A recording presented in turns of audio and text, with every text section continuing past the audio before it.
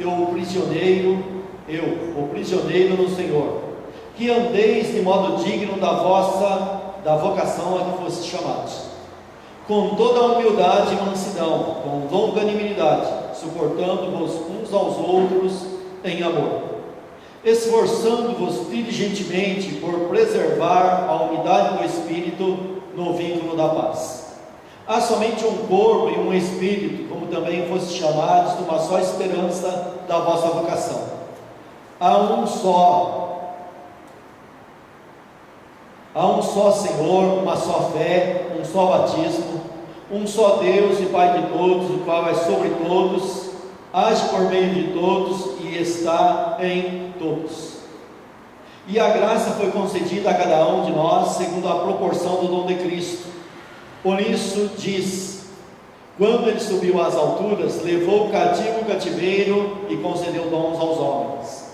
Ora, o que quer dizer subiu, senão que também havia descido até as regiões inferiores da terra? Aquele que desceu é também o mesmo que subiu acima de todos os céus para encher todas as coisas.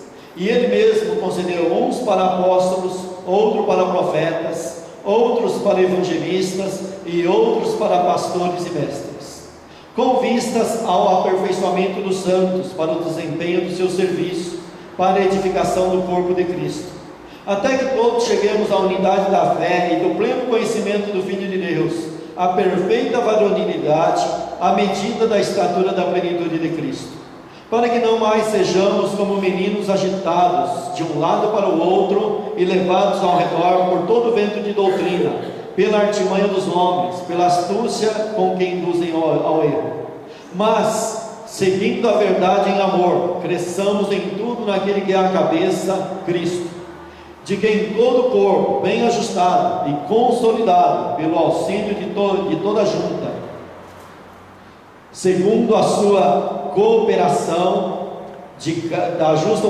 cooperação de cada parte, efetua o seu próprio aumento para a edificação desse mesmo em amor.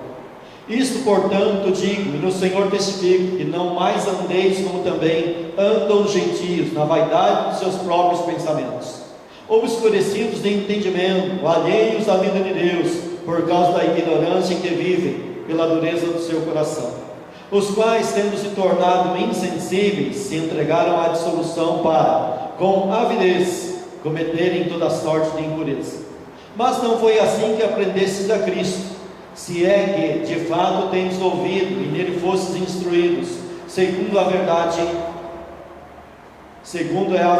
em Jesus, no sentido de que, quanto ao trato passado, vos despojeis do velho homem, que se corrompe segundo as concupiscências do engano, e vos renoveis no espírito do vosso entendimento, e vos revistais do novo homem, criado segundo Deus, em justiça e retidão, procedentes da verdade.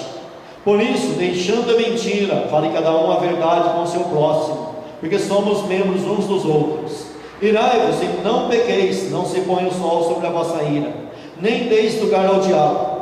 Aquele que furtava, não furte mais, antes trabalhe, fazendo com as próprias mãos o que é bom, para que tenha com que acudir ao necessitado. Não saia da vossa boca nenhuma palavra torpe, e sim unicamente a que for boa para edificação, conforme a necessidade, e assim transmita a graça aos que ouvem. E não entristeçais o Espírito de Deus, no qual fossem selados para o dia da redenção. Longe de vós toda amargura e cólera, e ira, e gritaria, e blasfêmias, e bem assim toda malícia. Antes, sede um para com os outros, benignos, compassivos, perdoando-vos uns aos outros, como também Deus em Cristo vos perdoou. Sede, pois, imitadores de Deus como filhos amados, e andai em amor como também Cristo nos amou, e se entregou a si mesmo por nós, como oferta e sacrifício a Deus, em aroma suave. Amém? Os irmãos podem tomar assento.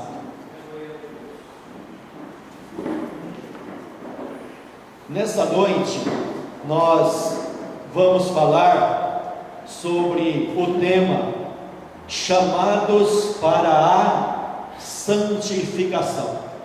Aleluia a Deus. Nós temos uma palavra na Bíblia que foi transcrita para nós, e é do conhecimento de todos vocês, e ela foi transcrita assim: Evangelho. E eu pergunto para você, o que significa Evangelho? O que é Evangelho? A tradução simples da palavra Evangelho é uma palavra grega. A tradução simples é boas novas, uma boa notícia, uma notícia extraordinária. Então, quando você vê lá, os evangelistas, os apóstolos dizendo assim: olha, Jesus Cristo pregava o Evangelho, Paulo pregava o Evangelho, é o mesmo que dizer assim: olha, Jesus Cristo dava uma boa notícia para os seus ouvintes. Aleluia. Paulo dava uma boa notícia para os seus ouvintes. Todos aqueles que têm contato com o Evangelho estão tendo contato com uma boa notícia, uma grande notícia, uma notícia nova. Aleluia, Deus. E por que essa notícia é nova? Para você entender por que ela é nova, você tem que contrapor ela à lei. Você tem que entender e conhecer o que a lei dizia e o que o Evangelho diz. Aí você vai ter um entendimento do que é uma boa notícia. Ora, a lei dava uma sequência de estatutos e tantas coisas para fazer, e ninguém conseguia cumprir a lei de Moisés, o Velho Testamento, como você costuma chamar. Agora vem então uma boa notícia, contrapondo ao Velho Testamento, contrapondo a lei, contrapondo aquilo que Moisés ensinou, pregou, promulgou e foi dado ao povo de Israel. Agora a esse mesmo povo vem essa boa notícia, uma notícia estupenda. E Paulo diz lá em Romanos assim: olha, que essa notícia era tão estupenda que ela traz salvação aos ouvintes sem a lei. Não que o Evangelho seja contrário à lei, não que Jesus seja contrário à lei, não que os apóstolos sejam contrários à lei. Ela apenas diz assim: olha, nós estamos trazendo uma boa notícia que traz salvação aos ouvintes sem a justiça que existe na lei. O que é a justiça que existe na lei? A justiça que existe na lei de Moisés é uma justiça meritória, é aquilo que se conquista por merecimento. O homem pecador foi colocado diante de um decreto, diante de uma lei, que nós chamamos lei de Moisés, que nós chamamos de Velho Testamento, e nessa lei diz assim: olha, você faça isso e você viverá por isso. Se você não fizer, você morrerá. Essa é a lei dura, é a lei que exige santidade, mas não dá condições do pecador ser santo. É a lei que manda: seja santo, porque eu sou santo. Está escrito na lei: seja santo, porque eu, vosso Deus, sou santo. Ora, se ele está mandando, o camarada é obrigado a ser. Mas essa lei que obriga o camarada a ser santo não dá condições de ser santo. E quando chega no final da vida, a única coisa que resta para ele é condenação.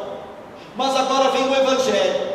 O Evangelho diz totalmente o contrário: creia em mim e você tem vida, acredite em mim e você é salvo, acredita no Evangelho, abrace o Evangelho, abrace o reino de Deus e você já está salvo. Essa é uma grande notícia. Aleluia. Totalmente contrário da notícia da lei, contrário no sentido de dizer, contrário no sentido da nossa fraqueza, porque nós não conseguimos colocar a lei em prática. Então Deus agora envia a salvação através do Evangelho. Aleluia. E esse Evangelho é proclamado, esse Evangelho é anunciado, porque a palavra Evangelho significa boas novas, e a palavra vocação significa o chamado. Ora, o Evangelho é pregado, e nessa pregação tem um chamado, um convite. E esse convite, segundo a Bíblia, segundo o Novo Testamento e segundo o próprio Evangelho proclamado lá para Abraão antes da lei, ele é para todas as nações, ele é para todo ser vivente. O chamado é geral. Você começa a ler ali, e quando Paulo está discutindo sobre a rejeição do povo de Israel, porque o povo de Israel foi rejeitado por Deus, através da rejeição que esse povo de Israel fez do Messias enviado por Deus, então Deus dá um pagamento justo para o povo de Israel. E Paulo então agora começa um questionamento consigo mesmo, e ele faz uma pergunta: porventura eles não ouviram? Porque se a pregação do Evangelho é um chamado, porventura o povo de Israel não ouviu? E ele dá a resposta: com certeza eles ouviram, porque a pregação foi ecoada aos 4 ventos do mundo. Aleluia, Jesus. Agora o Evangelho é pregado aos 4 ventos do mundo. Agora vem uma questão muito importante: o Evangelho é pregado aos 4 ventos do mundo, mas não é respondido positivamente pelos seus ouvintes. O mundo inteiro ouve o Evangelho, no sentido de escutá-lo, mas no sentido de descer para o coração, e esse Evangelho fazer efeito no coração, é uma turma pequena que esse Evangelho alcança. Presta bem atenção: o Evangelho é pregado de modo geral, mas só faz efeito no coração de alguns. E aí você começa a examinar as Escrituras, começa a olhar as Escrituras. O Evangelho de João trata sobre esse assunto, quando Jesus Cristo estava discutindo com os fariseus. Jesus estava discutindo com uma turma lá, e ele disse assim: olha, em verdade, ninguém pode vir a mim se o Pai que me enviou não o trouxer. O Evangelho é pregado de um modo geral, mas só faz efeito para vir para Cristo no coração daquele que foi escolhido por Deus para ser testificado nesse coração, e essa pessoa então responde positivamente ao Evangelho. Então nós encontramos uma questão que nós sempre vemos aí, quando nós estamos na ignorância, quando nós estamos começando a vir para a igreja, naquele momento de ignorância nosso, sim, e nós falamos, e muitas das vezes ouvimos agora, pessoas dizendo assim: olha, fulano de tal está passando para a lei de crente, fulano de tal agora está virando crente, pessoa de tal agora está indo para a lei de crente. Ninguém consegue fazer isso. Isso é uma palavra de total ignorância. Ninguém vira crente, ninguém passa para a lei de crente. É o Espírito Santo que vai lá no coração da pessoa e faz com que esse chamado desça para o coração, e essa pessoa então agora é transformada pelo novo nascimento. Acontece uma regeneração no coração da pessoa, e a pessoa nasce de novo. Ninguém vira crente, a pessoa nasce de novo. Quando o camarada vem para a igreja virando crente, só dá trabalho na igreja, só escandaliza o nome da igreja. Agora, quando nasce de novo, quando o Evangelho entra no coração, essa pessoa vem para a igreja e é agora uma pessoa transformada pelo poder desse Evangelho. Esse Evangelho transforma, esse Evangelho modifica. Esse Evangelho é diferente da lei. A lei exigia, mas não dava condições, mas esse Evangelho exige também, como você vai ver aqui no transcorrer da mensagem. Mas esse Evangelho dá vida para a pessoa colocar em prática essa palavra. Aleluia. Porque segundo a pregação do próprio pastor Pedrosa aqui alguns dias atrás aqui, nós somos nova criatura, nós nascemos de novo, né? Como um espelho agora, refletindo de glória em glória a imagem do Senhor Jesus Cristo. Nós agora somos uma nova pessoa, uma nova criatura, e estamos dentro desse Evangelho, estamos dentro dessa palavra. Ouvimos esse chamado, como está aqui no versículo 1 aqui, ó: rogo-vos, pois eu, o prisioneiro do Senhor, que andeis de modo digno da vossa vocação a que fostes chamados. Aqui então nós temos a introdução da mensagem para a santificação. Esse versículo eu quero levar vocês para meditar na santificação. Comece a pensar aí na cadeira onde você está sentado: para quem eu fui chamado? Faça essa pergunta para você mesmo. Você foi chamado pelo Evangelho, mas para quê? Com que objetivo Deus chamou a mim e a você? Aleluia. E agora eu quero te introduzir então na mensagem da santificação. Porque ouvir que o Evangelho é uma boa notícia é verdade, o Evangelho é uma boa notícia, mas agora vem a cobrança segurança desse Evangelho, agora vem a exigência desse Evangelho. Estava lendo um comentário lá em casa sobre Efésios, e o camarada estava dizendo assim no seu comentário: olha, Paulo escreveu nos primeiros capítulos uma doutrina altíssima, uma doutrina grandiosa, uma doutrina muito elevada. E agora no capítulo 4 ele está colocando ensinamentos práticos para se andar de maneira digna dessa grande doutrina que ele expôs no capítulo 1, capítulo 2 e capítulo 3.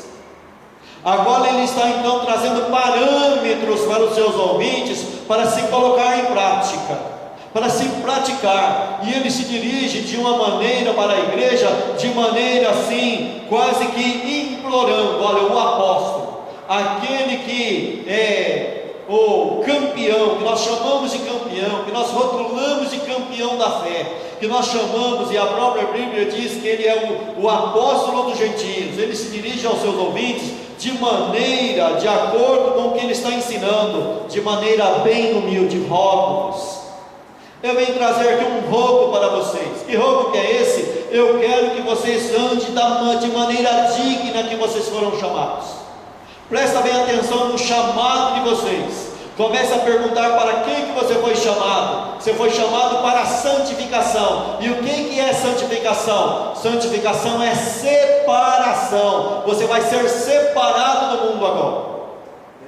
Pastor Pedrosa estava comentando aqui sobre um convite que ele recebeu, e disseram para ele: não, mas não tem problema, nós somos ecumênico, né? É tudo misturado, nós somos todos, olha, somos todos filhos de Deus, vem aqui com a gente, vamos participar das mesmas coisas. E ele deu a resposta: não tem nada de ecumenismo, nós somos separados,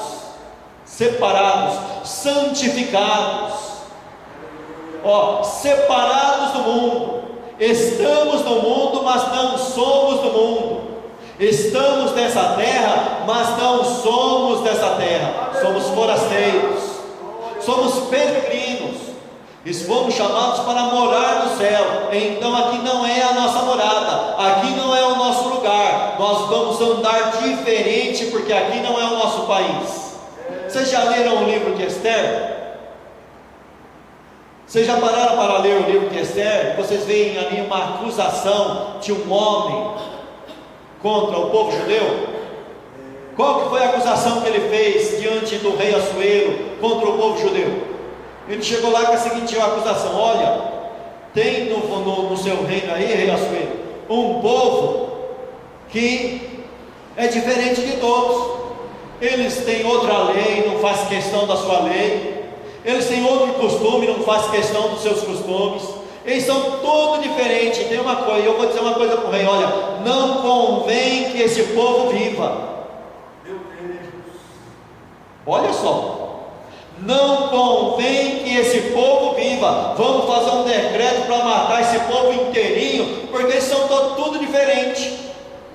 Eles são totalmente diferentes. É assim que nós temos que andar: uma lei diferente, um Deus diferente, um caminhar diferente, um palavrear diferente, tudo diferente. Nós somos diferentes, nós temos um Deus diferente, nós temos diferença, nós somos diferentes. E Jesus fala para os seus discípulos: olha, se vocês fossem do mundo, o mundo amaria o que era seus. Mas porque vocês não são do mundo, antes eu vos escolhi do mundo, por isso o mundo vos odeia. O mundo vos odeia porque primeiro ele odiou a mim, por isso ele vos odeia. Então presta atenção numa coisa: o mundo sempre vai falar mal do santo, o mundo sempre vai falar mal de mim e de você. E João escreve: olha, não ameis o mundo e nem o que no mundo há. Se alguém ama o mundo, o amor do Pai não está nele. Andais de maneira digna do vosso chamado.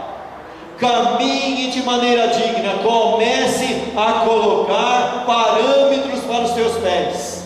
Comece a colocar parâmetros para a tua vida. E esses parâmetros estão nas Escrituras Sagradas. Comece a governar a tua vida pela palavra, pela Bíblia Sagrada. E ele diz aqui, olha, vocês devem andar de maneira digna do vosso chamado. De que maneira? Com toda humildade e mansidão.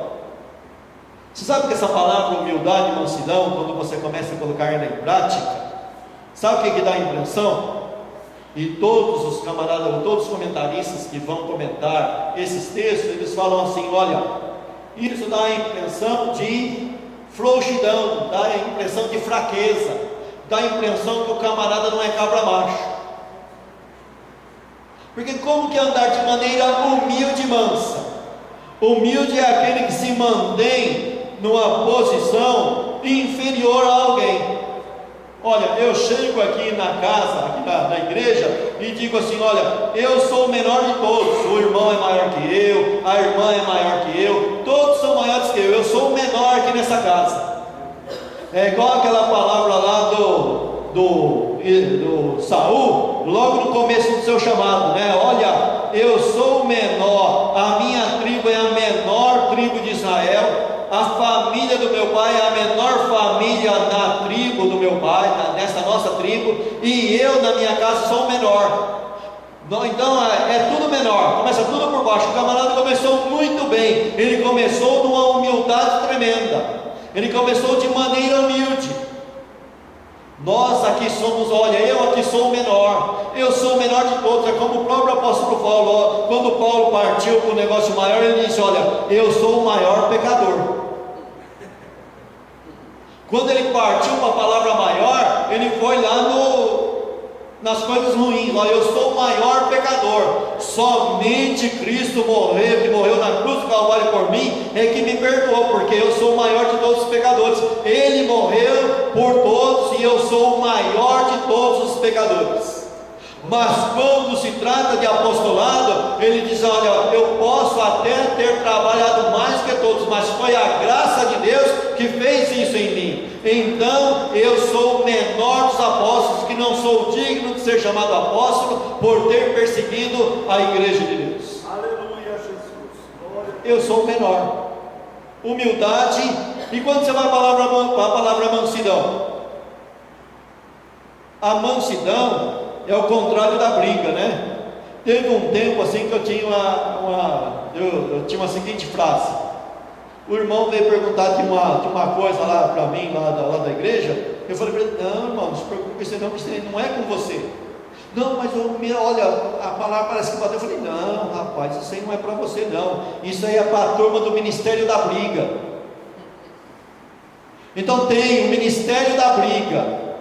Aí quando você vai para a turma do Ministério da Briga e fala para ele assim, olha, você tem que ser manso, porque mansidão é o contrário de briga, é o contrário de guerra.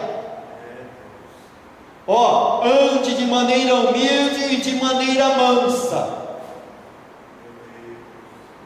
O interessante é o seguinte, quando o Senhor Jesus Cristo estava para ser preso, um camarada lá quis partir para a briga, não quis?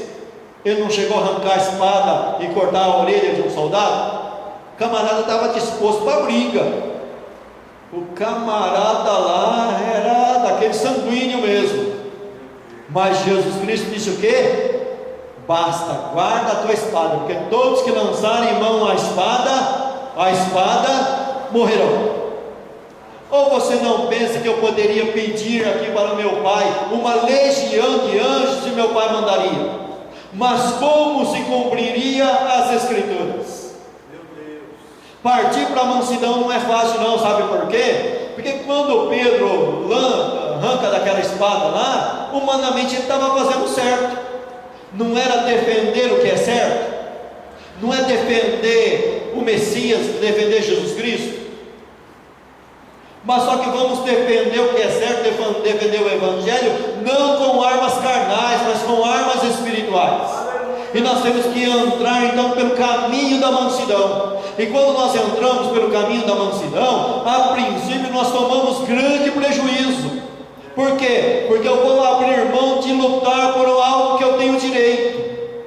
É algo que é legítimo. Olha, eu trabalhei tanto nessa obra, eu trabalhei tanto nessa igreja, trabalhei tanto para por essa denominação e agora eu tenho o direito de brigar por ela.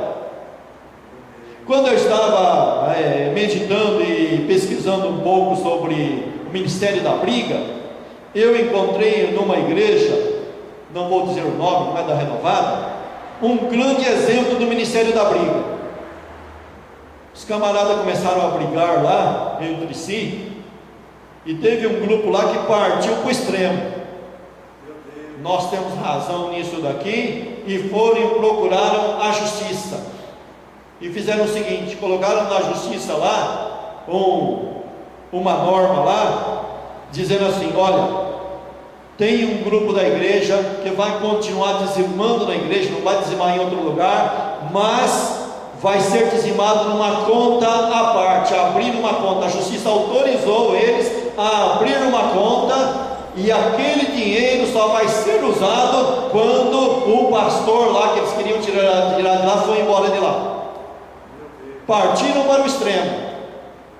Olhando lá, se você for olhar, eles têm as suas razões, mas tem um momento que nós temos que colocar em prática a mansidão, deixar a razão de lado, abaixar a guarda e ficar com o prejuízo, e levar o prejuízo para obedecer o Evangelho, para obedecer a palavra, para seguir o exemplo de Cristo. Olha, Cristo é rei, Jesus Cristo é rei. Ele merecia ir morrer na cruz? Não, mas foi necessário ele ser manso, ele chegar diante de uma autoridade terrena e falar para a autoridade assim: olha, nenhum poder vocês teriam sobre mim se dos altos não te fosse dado, mas aqueles que me entregaram a ti, maior pecado tem. Não é que Jesus está aliviando por lado de Pilatos e dizendo que Pilatos não tem pecado. Cada um vai dar conta dos seus atos. Mas Jesus Cristo está entrando pelo caminho da mansidão e entregando na mão daquele que vai julgar todas as coisas no momento certo e na hora certa. Então você tem que chegar diante de uma situação para ser manso. Você tem que olhar e deixar a razão de lado e pensar com o Evangelho, pensar com o apóstolo Paulo e com o Senhor Jesus Cristo e com o escritor aos Hebreus, que diz assim: olha, nós conhecemos aquele que diz: minha é a vingança, eu darei a recompensa. Aleluia, Jesus. Você tem que deixar tomar o prejuízo, ficar com o prejuízo, mas ao mesmo tempo, para você suportar, saber que Deus no momento certo vai fazer justiça para você. Aleluia, Deus. Que Deus vai tomar vingança. Por isso as escrituras dizem: olha, na ira do homem não opera a justiça de Deus. É por isso que você vê aquele ditado lá, que na cadeia está cheio de gente que tem razão. Por quê? Porque na hora da briga matou porque tinha razão, mas está na cadeia do mesmo jeito.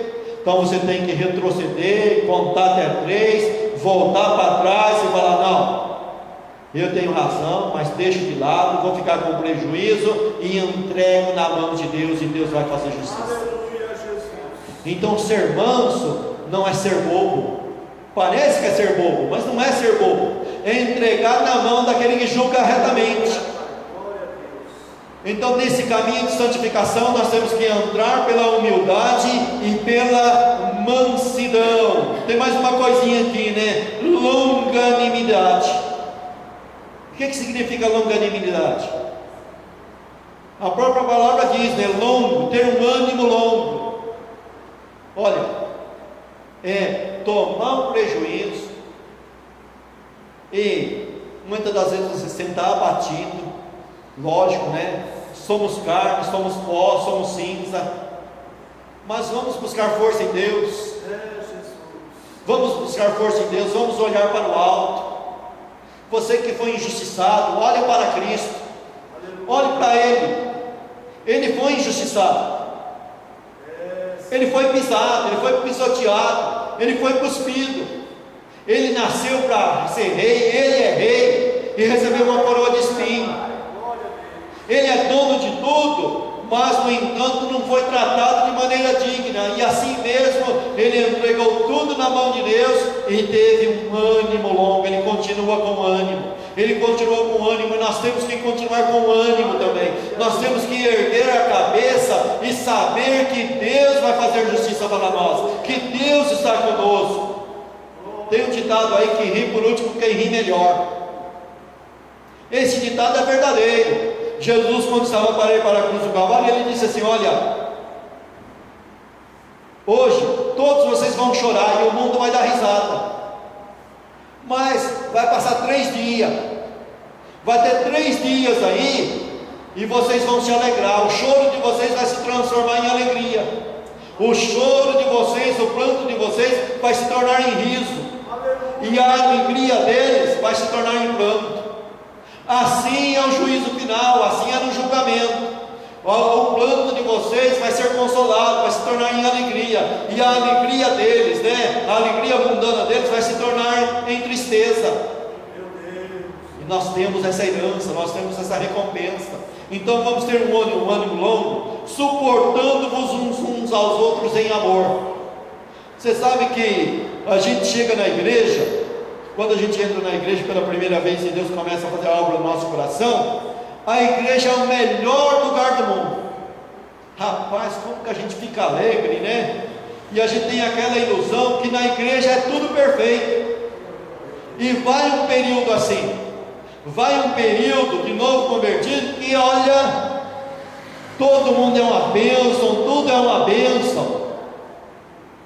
Mas aprenda uma coisa: o caminho da santificação, ele não é 100% dessa vida, ele é paulatino, ele é devagar, ele é de pouco a pouco, e nós vamos sendo transformados, como no espelho, de glória em glória, cada dia mais, até ser dia perfeito. Mas enquanto isso, enquanto não vier essa perfeição 100%, nós temos que colocar em prática isso aqui, suportando-nos.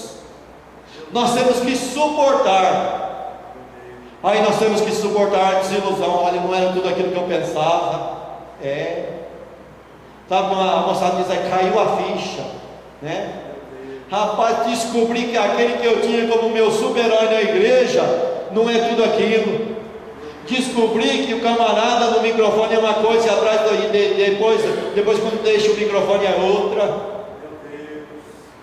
Sabe, aí vem a desilusão, e nós temos que enfrentar essa desilusão. De que maneira? Suportando-vos, porque nós somos diferentes uns dos outros, nós temos defeitos, nós temos coisas, defeito de caráter, defeito de pensamento, tantos defeitos, tantas coisas ruins que nós temos na nossa vida, e nós temos que ir sendo transformados dia a dia, suportando-vos uns aos outros em amor, esforçando-vos diligentemente por preservar a unidade do Espírito no vínculo da paz. Então, outra coisa que, olha, dentro desse chamado de santificação, nós somos chamados para preservar algo que se chama unificação.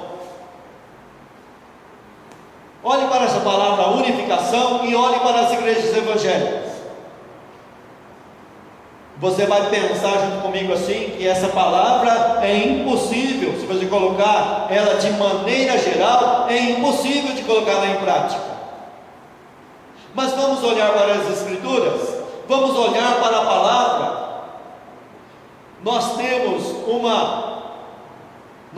um objetivo e nós temos uma responsabilidade com essa unificação local. Começa por aqui. Olha, entre nós aqui que não passamos de 50, já vai ser difícil manter essa unificação. Imagine então quando se falar em termos de presbitério, imagine então quando se falar em termos de nacional, imagine então quando se falar de interrelacionamento com outras denominações.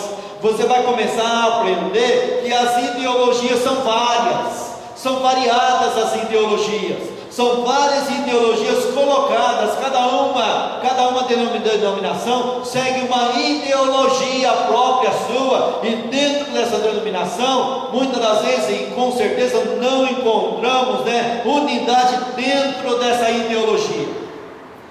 Dentro daquela denominação tem uma ideologia e tem brigas dentro daquela ideologia, mas nós somos chamados para dentro do possível, manter essa unidade. Nós começamos aqui no local, nesse lugar. E tem uma coisa: dentro dessa unidade nós temos uma regra, que alguém chama de regra de fé, que alguém chama de confissão de fé, que alguém chama, dentro disso daqui, dentro dos escritos, dos apóstolos, nós temos essa regra. O próprio apóstolo aqui vai dizer assim: olha, Deus deu um para isso, outro para aquilo. Olha, manter a unidade através da diversidade. Quando você começa a ler os comentários, os comentaristas falam assim: olha, unidade através de diversidade. Diverso. Então cada um recebeu um dom diferente, cada um recebeu um ministério diferente, e dentro desses dons diferentes e ministérios diferentes, nós temos a obrigação de manter uma unidade. E para manter essa unidade, nós elegemos a figura de um presidente local. Nós colocamos um presidente local, e isso é correto, isso faz parte do governo humano da igreja. Nós colocamos um presidente local e vamos tentar manter a unidade através desse presidente local.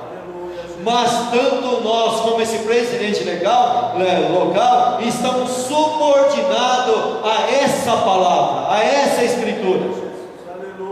Por isso ele diz assim: olha, ele deu um para apóstolos, outro para profetas, outro para evangelistas e outros para doutores e pastores, cada um com uma responsabilidade, e todos estão embaixo da autoridade do apóstolo, que não é o apóstolo da mídia, que não é os apóstolos por aí, que é os 12 apóstolos, que é as escrituras desses apóstolos e desses profetas, tanto do Velho Testamento como do Novo.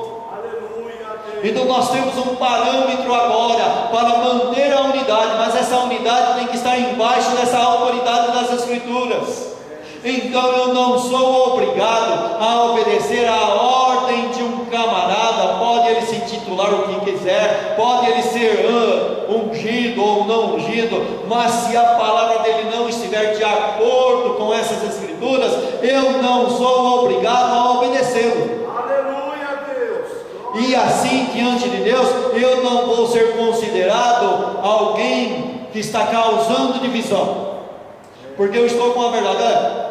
Medita no caso de Sodoma e Gomorra, quando Abraão fez a oração. Que oração que ele fez? Ele começou com 50 e foi abaixando. Mas se você olhar o contexto, dentro lá de Sodoma só tinha um que andava na verdade. Só tinha um. Se você olhar o contexto, esse um conseguiu tirar a família dele, mas a família dele estava totalmente contaminada. Então quando você olha lá só existia um justo, que era Ló. O resto estava tudo perdido. Mas mesmo com a justiça dele, Deus ainda ouviu e tirou a família dele. A esposa não chegou lá. Eu quero te dizer o seguinte: olha, se todo mundo se desviar, mas você continuar firme nessa palavra, é igual o caso de Ló. Olha, Sodoma e Gomorra não podia ser destruída enquanto o justo estivesse lá. Enquanto Ló estivesse lá, os anjos não podiam destruir aquela cidade, porque existia um justo lá. O resto estava tudo desviado. Então não é você andar para andar na unidade, não é obrigado a andar com a multidão. A multidão está sempre do lado errado, a multidão está sempre com o erro. É a minoria que fica com a verdade, e essa minoria é minoria, são poucos, dá para contar no dedo. São poucos que permanecem na verdade.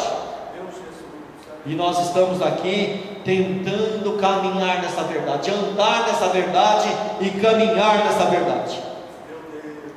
Outra coisa aqui que Ele nos dá para essa santificação é a graça. Olha o que diz aqui, versículo 7: e a graça foi concedida a cada um de nós segundo a proporção do dom de Cristo. O que é graça? Receber aquilo que você não merece. Eu não merecia, mas recebi. Não merecia salvação, mas recebi. Não merecia santificação, mas recebi. Não merecia perseverar nessa doutrina, mas recebi. É tudo por recebimento, é tudo por graça. Aquele que começou a boa obra em você, na tua vida, é fiel e poderoso para terminar até o dia de Cristo. Você tem que aprender uma coisa: não depende de homem, não depende de mim, de você, depende da graça de Deus. Deus colocou essa graça em você, você vai continuar caminhando no Evangelho e vai permanecer no Evangelho por graça, por misericórdia. Aquele que te chamou para a santificação, e Ele te capacita para andar nessa santificação. Se Ele te chamasse e não te capacitasse, isso seria uma velha notícia. Isso Moisés já fez. Isso lá no Velho Testamento já foi feito. Agora não, agora veio um Evangelho que te capacita a andar em santificação. Por isso João escreve lá: olha, aquele que nasceu de novo, aquele que ouviu o Evangelho, o que permanece nele é a bendita semente, a palavra. A palavra de Deus entrou no teu coração como semente, e essa semente nasce, e essa semente é boa, e toda árvore boa produz fruto bom. Essa semente nasceu no meu e no teu coração e vai produzir coisa boa, porque não depende de mim, de você, depende daquele que é o labrador.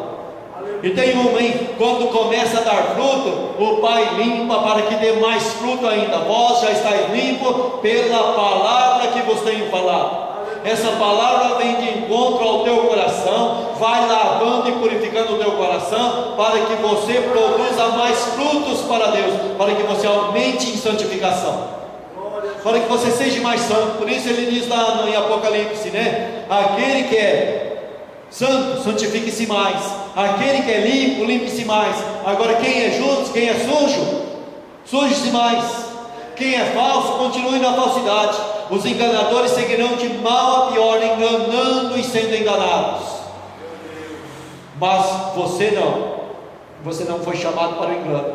Você não é um enganador, você é lavado, remido pelo sangue do Cordeiro, selado pelo Espírito Santo, e está aqui na casa de Deus para produzir muitos frutos para a glória de Deus, chamados para a santificação.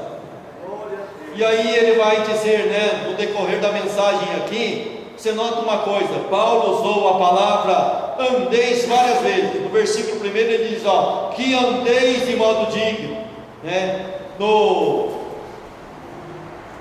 versículo, a partir do versículo 17, ele diz assim, isso portanto digo-vos, e no Senhor testifico, que não mais andeis. Olha só, andeis e não andeis. Então há um contraponto aqui entre o certo e o errado. Você foi chamado para andar nas coisas certas e não andar nas coisas erradas. Então é algo simples, o palavreado parece complicado, mas não tem nada de complicado, é simples. Andeis e não andeis. Não andeis do quê? Não andeis na mentira, ande na verdade. De que maneira? Deixe de falar a mentira e comece a falar a verdade. É fácil, é simples. Para que não andeis, obscurecidos de entendimento, versículo 18, alheios à vida de Deus por causa da ignorância em que vivem, pela dureza do seu coração. Isso daí é o gentio, a pessoa que ainda não abraçou o Evangelho, não conhece o Evangelho, ainda não teve salvação. De que maneira que eles andam? De maneira ignorante. O que é a ignorância aqui? Não conhecer as Escrituras, não conhecer o Evangelho. O que é sabedoria aqui? Conhecer o Evangelho, conhecer as Escrituras. Então comece a conhecer as Escrituras e colocar essa Escritura em prática. A Escritura diz assim, versículo 25: por isso, deixando a mentira, fale cada um a verdade com o seu próximo. Aleluia. Sabe que muitas das vezes você é enganado, e quando você é enganado por pessoas que você pensava que estava falando a verdade, É da onde você não espera a perseguição, é que a decepção é grande. É quando você tem uma pessoa como verdadeira e ela te conta uma mentira, aí a decepção é grande, não é? Por isso ele diz, olha, cada um deixa a mentira e fale a verdade com o seu próximo. Vamos falar a verdade entre nós? Vamos ser verdadeiros entre nós? Vamos ser sinceros entre nós? Eu tenho uma fraqueza, eu tenho uma dificuldade, me ajuda em oração. Me ajuda, eu preciso da ajuda de vocês. Vamos começar a ser sinceros diante de Deus. Vamos começar a ser sinceros de um para com os outros. Nós que recebemos a graça de Deus agora, para ter dons espirituais, para trabalhar para o crescimento da igreja, para trabalhar para o crescimento da obra, para o nosso crescimento, para o crescimento da nossa denominação, para o nosso crescimento, o crescimento da nossa comunidade. Vamos começar a falar a verdade. Ele fala assim, olha, aquele que furtava, não furte mais. A igreja evangélica geralmente ela é constituída de ex, não é isso? Ex-maconheiro, ex-isso, ex-aquilo. E aqui fala, olha, aquele que furtava, não furte mais. O que é? Não ande mais no caminho do roubo, e agora ande no caminho do trabalho. Não ande mais no caminho da preguiça, e ande no caminho do trabalho. Não ande no erro, ande no certo. Ande no caminho certo. Você foi chamado para andar de acordo com o chamado do Evangelho. Você tem uma obrigação de andar de acordo com esse chamado. Daí ele também fala assim, olha, versículo 29. Não saia da vossa boca nenhuma palavra torpe. O que significa isso? Mudar o palavreado. Antes só falava gíria. Tem camarada que quando chega na igreja, principalmente o pessoal que a turma chama aí de noia, né? A turma da maconha aí, quando chega na igreja, o palavreado deles misericórdia, né? Mas vai mudando com o tempo. Vai mudando com o tempo. O camarada só sabia falar gíria. Isso as palavras mais leves, né? Só falava no palavrão. Tudo abria a boca, sempre tinha uma maldição na boca. E agora a Bíblia diz assim, olha, não amaldiçoeis, abençoai sempre. Abençoai sempre. Abençoa aquele que vos amaldiçoa. Faça o bem para aqueles que fazem mal para vocês. Seja diferente. Vocês são povo da luz agora. Não saia da vossa boca nenhuma palavra torpe, mas somente aquela, e sim unicamente a que for boa para edificação. Se o que eu vou falar não serve para edificar a vida do meu irmão, então é melhor ficar quieto. Você já ouviu aquela frase lá? Você perdeu uma grande oportunidade de ficar quieto. Se for abrir a boca para falar besteira, é melhor ficar quieto. Então só saia da vossa boca uma palavra que sirva para a edificação do teu ouvinte. Se não servir, fica quieto. Se não serve para edificar a vida da vizinha, fica quieto. Se não serve para ajudar o vizinho, fica quieto. Ficando quieto, né? Diz que boca fechada não entra mosquito. O camarada que fala muito entra em várias questões que não leva a lugar nenhum. Mas então comece a regrar a tua língua, a tua palavra. É difícil. Somente o homem perfeito consegue dominar a língua totalmente. É difícil, é complicado, mas temos que prosseguir nessa jornada, nessa caminhada. E fala aqui assim: conforme a necessidade, e assim transmita graça aos que ouvem, e não entristeçais o Espírito de Deus, no qual fosse selados para o dia da redenção. E aqui eu quero terminar. E não entristeçais o Espírito de Deus, no qual fosse selado. Você sabe o que é ser selado? Essa palavra que é tomada dos reinados de antigamente, é tomada das negociações de reinos e autoridades de antigamente. Quando um rei colocava o selo dele naquele lugar, ninguém podia mexer naquilo, ninguém podia mudar, ninguém podia colocar a mão, aquilo lá se tornava inviolável, tinha uma garantia real, tinha uma garantia, uma autoridade real, tinha colocado o selo dele naquilo lá, e aquilo não podia ser mudado.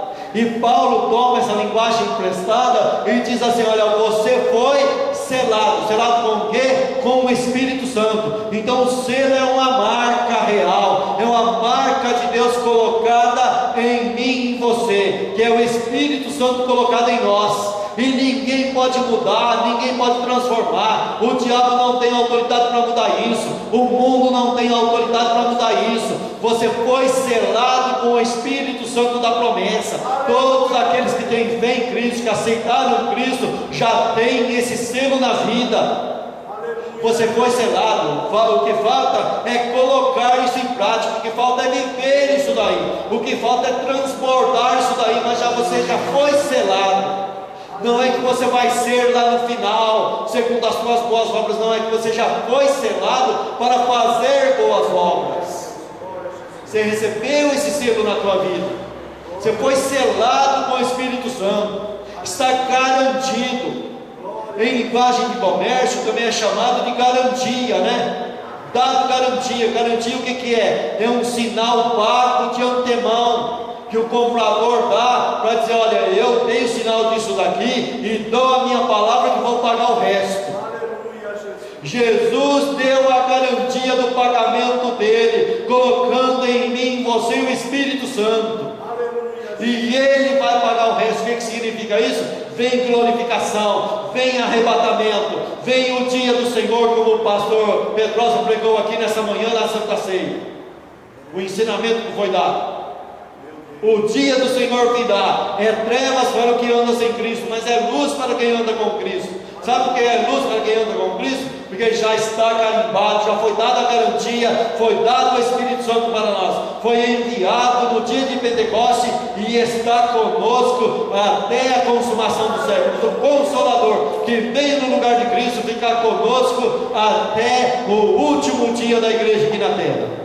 Foi dado para nós, está conosco para nos ensinar, para nos guiar, para nos instruir. E esse é o nosso ensinador. E esse é o nosso instrutor, o Espírito Santo. E quando alguém vem nos ensinar algo errado, ele testifica no meu e no teu coração que está errado, e nós andamos na unidade do Espírito e não na unidade da carne, não levado por ventos de doutrina, como está escrito aqui nesse texto. E as horas já avançaram, já faltam 5 minutos para as 8. E que Deus te guarde e possa você viver essa palavra. Em nome de Jesus Cristo. Amém.